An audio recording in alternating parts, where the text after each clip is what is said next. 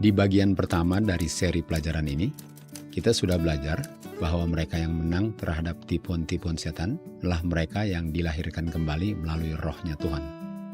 Dan mereka yang dilahirkan kembali adalah mereka yang percaya bahwa Kristus sesungguhnya adalah anaknya God. Dalam pelajaran ini, kita akan melihat ayat yang digunakan sebagai bukti bahwa ada 3 makhluk ilahi di surga yang terdiri dari Bapa, Anak, dan Roh Kudus. Namun ayat ini tidak mengatakan bahwa 3 ini adalah Trinitas. Ayat ini juga tidak mengatakan bahwa 3 ini adalah co-eternal dan bahwa 3 ini adalah satu God. Yang ayat ini katakan bahwa 3 ini setuju dalam satu hal, bahwa 3 ini kesaksiannya sama atau satu. Mari kita lihat apa kesaksiannya yang sama atau satu dari ketiga ini. Di ayat 7 dan 8, 3 ini kesaksiannya satu, di mana ketiga-tiganya saksinya ialah bahwa Tuhan Yesus adalah the Son of God, sesuai dengan ayat 5. Artinya untuk menyangkal bahwa Kristus adalah the Son of God, ialah untuk menolak kesaksian dari Bapa, Anak, dan Roh Kudus, karena ketiga-tiganya kesaksiannya Kristus adalah the Son of God. Badan Biblical Research Institute of Seventh-day Adventist Church menyangkal Kristus sebagai anaknya God. Mereka menyangkal kesaksian Bapa, Anak, dan Roh Kudus bahwa Kristus adalah the Son of God. Badan BRI ini katakan, hubungan Bapa dan Anak tidak bisa diartikan secara literal atau harfiah. Anak bukan anak natural dari Bapanya, bahwa anak yang natural ada awalnya, sementara Kristus tidak ada awalnya. Dan kata anak digunakan secara kiasan, bukan secara kenyataan. Dengan sangat jelas, BRI of Seventh-day Adventist Church menyangkal kesaksian Bapa, Anak, dan Roh Kudus bahwa Kristus adalah the Son of God. Yohanes menulis di 1 Yohanes 2 ayat 22, dia yang menyangkal bahwa Tuhan Yesus adalah Kristus adalah pembohong dan dia adalah antikristus. Dengan menyangkal anak, dia juga menyangkal Bapa. Rasul Paulus menunjuk kepada pekerjaan setan dalam rupa spiritisme sebagai peristiwa yang terjadi khususnya sebelum kedatangan Kristus kedua kalinya. Petrus menggambarkan bahaya yang dihadapi gereja di akhir zaman, di mana akan ada guru-guru palsu yang ajarannya mengakibatkan umat Tuhan berdosa. Dan ciri-ciri khas daripada guru-guru spiritualis ini ialah mereka tidak mau mengakui bahwa Kristus adalah the Son of God. Dan Yohanes mengatakan bahwa guru-guru ini adalah antikristus yang menyangkal Kristus sebagai the Son of God. Kenyataan ini adalah bukti bahwa kita sedang hidup di akhir sejarah bumi ini. Yohanes menulis, dengan ada ajaran yang menyangkal Kristus sebagai the Son of God, adalah buktinya bahwa kita sedang hidup di akhir zaman.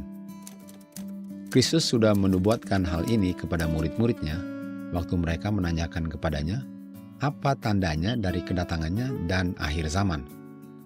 Kristus katakan bahwa akan ada guru-guru yang akan menipu banyak orang dan guru-guru ini akan mengatakan bahwa mereka adalah Kristus.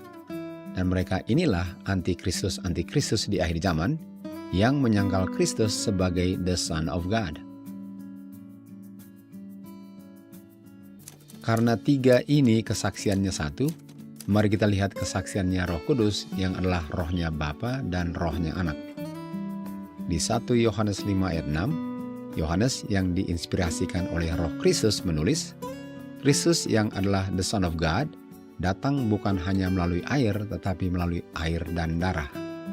Dan roh itulah yang memberi kesaksian itu kepada Yohanes bahwa Kristus adalah the Son of God. Yohanes menyaksikan penyaliban Kristus. Dia melihat sendiri air dan darah yang keluar dari tubuhnya Kristus waktu serdadu menusuk sisi tubuhnya Kristus, dan Yohanes menulis hal itu setelah dia menyaksikannya. Yohanes menyaksikan peristiwa itu setelah serdadu mematahkan kaki kedua pencuri, dan waktu mereka mau mematahkan kakinya Kristus, mereka melihat bahwa Kristus sudah mati, sehingga mereka tidak mematahkan kakinya Kristus, sesuai dengan apa yang sudah dinubuatkan di Mazmur 34 ayat 20. Sehingga peristiwa ini adalah kesaksian Roh Kristus yang berdiam di dalam para nabi untuk menulis penderitaan Kristus di kayu salib sebelum peristiwa itu terjadi. Kristus katakan, hal-hal yang belum terjadi diungkapkan kepada murid-muridnya, agar di saat digenapi, murid-muridnya dapat percaya. Pertanyaannya, apa yang murid-muridnya percaya? Yang mereka percaya bahwa Kristus adalah the Son of God.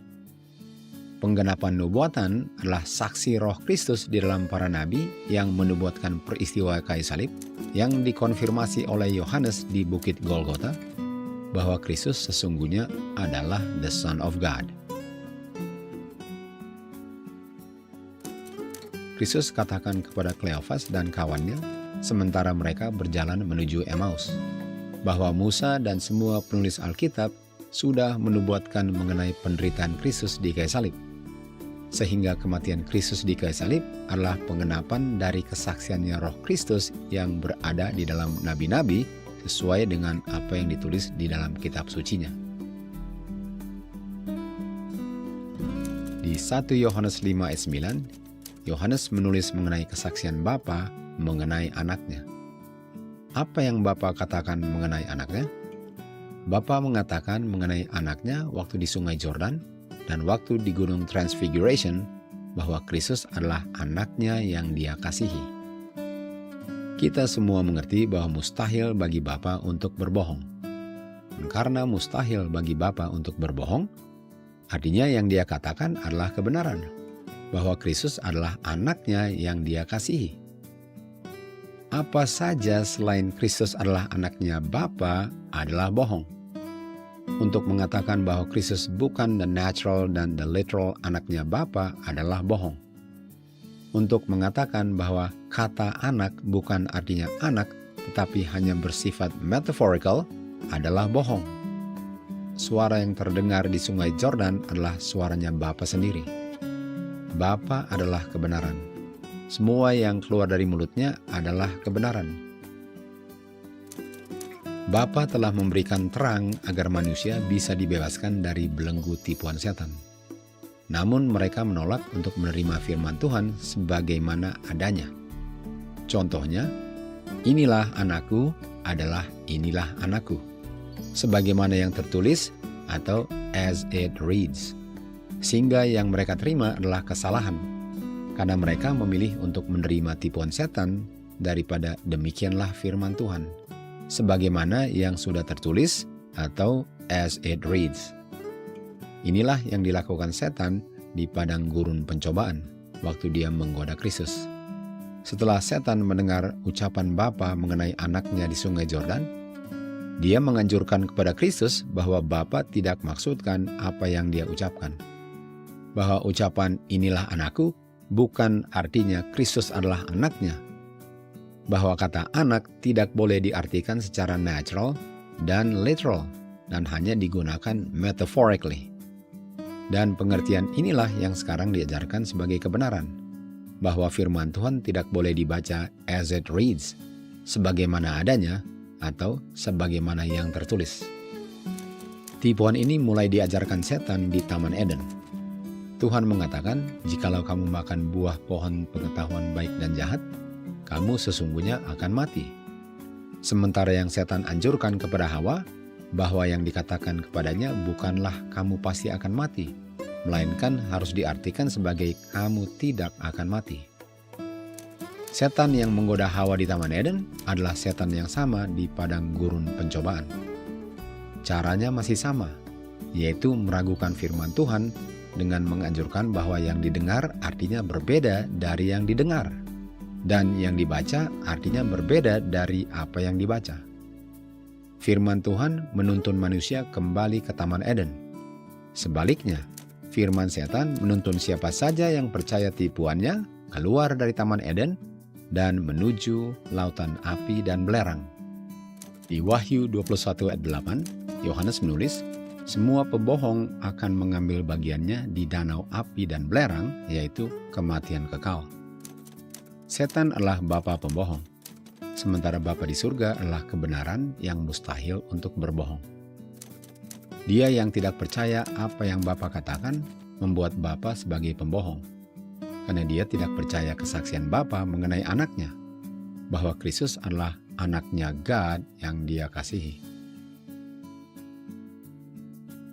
Mari kita sekarang mendengar kesaksian Kristus mengenai dirinya sendiri. Kristus menanyakan kepada orang yang matanya disembuhkan, "Apakah engkau percaya kepada anaknya God?" Lalu orang ini menjawab, "Siapa dia Tuhan? Agar aku dapat percaya kepadanya."